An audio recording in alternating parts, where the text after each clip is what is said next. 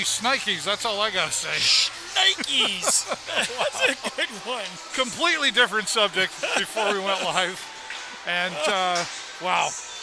Well, let's talk hockey. I guess that's the reason that we're here is talking hockey. And tonight, Windsor Spitfires. We can talk about some.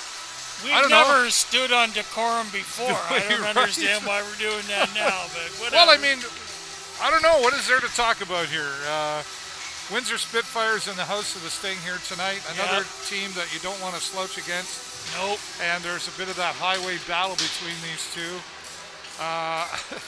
Sure. I don't know what to expect. Well, I know what we should expect from the Sarnia Sting, but there's been a lot of good and bad going on here, and strengths and weaknesses both.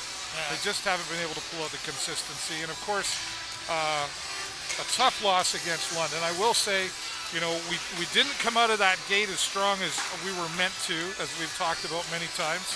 Agreed. And then, okay, third period shows up and we decide all of a sudden it's time to really play hockey, which we proved very well. 2-2, and then a penalty. Yeah. Which, you know, I heard a lot of people. We've talked about it before. You know, it's like you can't just play 20 minutes of hockey. Right. It's got to be all the way through. And any of these teams, you can't. 20 minutes of hockey is not going to cut it against most of the OHL teams right now. Well, against really any NHL team right now. It's just, and that penalty that happened, I know I heard a lot of people after say, oh, if they hadn't have taken that penalty. Well, that's true. That penalty definitely hurt them. But there was also that knee trip. I think they've seen that coming too before. Yeah. And it was a fair call. It wasn't, I think. But that put the Sting in an awkward position, a position they didn't want to be, with 1 minute and 36 seconds left to go in that final period.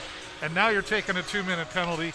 Not the time to be doing that, especially against a team like the London Knights. No, absolutely. And I mean, again, you know, you can't leave, we have some amazing goaltending, but you just can't hang these guys out to dry forever. You know, like eventually everybody lets one or two in, or more, depending. You know, if they've got nobody helping them in front of them. You know, and that was really a lot of what we saw happen. You know, we broke down into some typical old patterns, and it just wasn't a great 3 periods of hockey. Well, let's talk about the starting lineup. I don't have it here on the screen, but I do have it here. Okay. So we're going to see Nemesnikov, Voigt, and Burke, which we've seen that before. And you're happy with that line before? I'm okay with that. Yeah, absolutely. I mean, I think, I'd like to see, Voigt fell back into some old patterns yesterday too, or the other night, where he showed us before that he could shoot the puck and hello, score hat goals. Trick. Hello hat trick. But last night he was back to dancing around the puck and making too many passes and eventually turning it over. So I do want to see him shoot a little more. I like Burke on that line as well, because I think Burke is one of those guys who's he's a playmaker too. So between the two of them, they've got some skill at scoring and some skill at playmaking. I think that's a good line. All right, and then we'll see McDonnell and Hill and Sikic out there as well. I like that. You know what? Angus McDonnell has really proven himself to me over the last few games. He's really stepped up to the plate, being aggressive when we needed it, but not too over the top where he spent, all his time in the penalty box. So that it's a good thing. But I mean, he's an aggressive younger player that, goes out there and he pushes and pushes and pushes. And I think he's doing well. I'd like to see more out of him, for sure, but it's a good line. And then finally, and we'll just end it here, Filak, Wainwright, and Dan. Well, and that's an interesting thing because, that was my word. Yeah, like... Filak. I like Zach Filak. Right. I like Easton Wainwright. Yeah. And who was the third guy Dan. on that line? Nolan Dan. And Dan, we know. I mean, there are flashes of brilliance from Nolan Dan. That could be that mystery chemistry that you've been looking for. that waiting just might. for. Well, you know what? If the other two are going to dance around on the puck and stuff like that, this might. Don't be surprised if that third line is the line that's actually going to do it for tonight. us. Yeah. Yeah. Well, we'll keep an eye on that. Yeah. We'll see how well that comes out in the first period. Anson Thornton will start between the pipes for us tonight. For sure. Here's a young fella who's both goalies here. Nothing to take away from Ben Gaudreau. Nope. Both of these goalies, though, have really shown how they can come forward for this team whenever necessary. And sometimes, right. And sometimes that's tougher for the second string goalie because you don't get as much action and play out there. But they're keeping us in games, right, Dave? Yeah, and that's right. I mean, that's really the thing. And that's. Oh, even the coaches have said it. Yeah. Dylan Sika said it last time, and Alan Tang has said it many times. We can't keep relying on our goalies. No. Thank goodness we can. Thank goodness, But we shouldn't Thank goodness we have the caliber that we have. But you know what? Eventually they're just going to burn out if you don't put up a solid defense line in front of them. Yeah, it was nice to see Ben Gaudreau get some recognition at the last game as well. 100%. First star. Yeah. In a game we lost. I mean, right. Yeah. But I'm talking about the underage hockey as well. Oh, right? Absolutely. There's that too. I mean, for sure. And he played the lights out for that tournament. Yeah. So, yeah. All around. 100%. He's a great goalie for sure. Great goalie. We've got something here beside us, a vintage Tendy. This is a local magazine and they've got Ben Gaudreau up for their voting on. They make these articles and framed articles and everything. So there's a QR code that we'll maybe share a little bit later, but you need to go over there and scan and vote for Ben. And they've got a choice there. It's Vintage Tendy. Find them online at their .com as well. But we're here tonight, and we're hoping for positives, of course. We're running out of time here. It's getting closer to that playoff section and area. Sure. What happens tonight? If we lose tonight, if the Sarnia Sting are down, does the Sioux and London next week make as much of a difference? Well, I think honestly, Dave, right now, our chances of being a playoff-ready team are minimal at best at the moment. Right. We'd have to come out in the last part of this and really make up some ground in order to do that.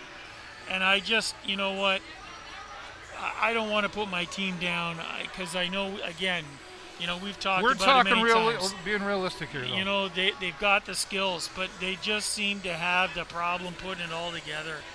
And I'm not seeing that going to change. But I can tell you that what I do like and what I am looking forward to is next season, for sure, because I think we've got some great building blocks to work with going forward. I think next year you're going to see us around the middle of the pack, if not in the top 10-20% of the league for probably most of the season. I can see that happening. We got a couple of good draft picks, and we continue with that team building piece. But I think for this year's playoffs, I'm not typically a pessimist, but I think the likelihood of us ending up in the playoffs. I think most would likely agree with that, and especially with your analyzing into next year, where we're going to see a stronger team come out of this. I think so. And show, and like you say, those building blocks are finally connecting. Well, with each other. let's give Coach Letang and our scouting guys and GM and all of our coaches. I mean, there's a guy we also don't talk enough about, I don't think, too, Michael Haley. Yeah. I think we've got a pretty respectable coaching group. We've made some changes in terms of our scouting staff, and I think, let's give them a year to really see what they can do for us Because we've had a couple of rough years when it's come to that. So All right, fair enough. I'm interested to see what happens. All right, well, let's talk about some keys to the game. And tonight we want to talk shut down special teams. What are we talking about when we need to do that? Shutting down special teams. Well, I mean, that's the playoff and the PK on the other team.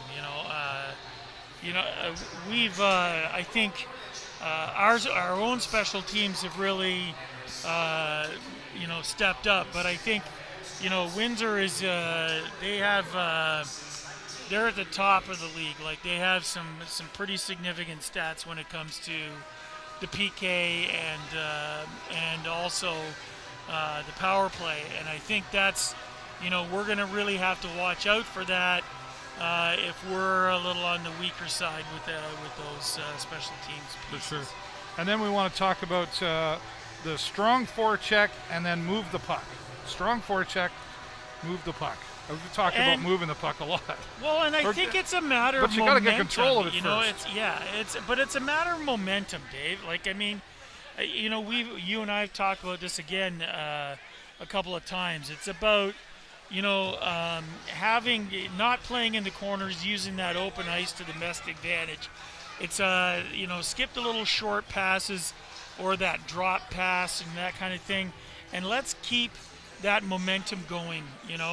And if we can come out, score first, and get that sort of in our minds, and set that tone, of that first early score, then I think that propels the team forward. It keeps things positive and keeps the momentum moving. We have forward. mentioned that several times. It's not a rumor, but it works. A way around the OHL. Go to Sarnia, get the first two, take out so-and-so and so-and-so, and you should be good, right? And that comes from, I think, a lot of, and this is another one we've talked about before, a lot of predictability on this team. Yeah. We know which way they're going to go. We know which way they're going to pass, the back, the short, all that stuff.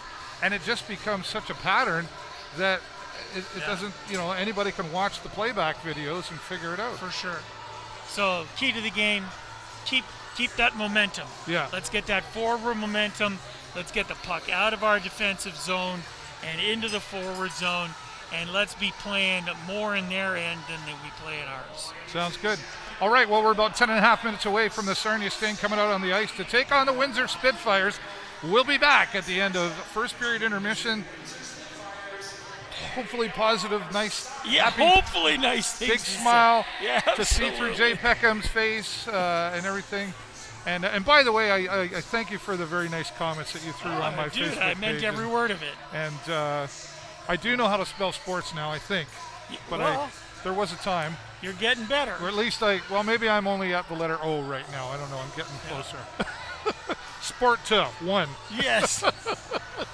It's great to have Hughes Intelligence here to support us, as well as our friends at Tourism Sarnia Lambton, Ontario's Blue Coast. We appreciate you giving us your support here. And the Sarnia Sting for allowing us to come here live to you on the concourse. Sarnia Sting, Windsor Spitfires. Let's see what happens coming up next. I'm David Burrows, my friend Jay Peckham. Go Sting, go!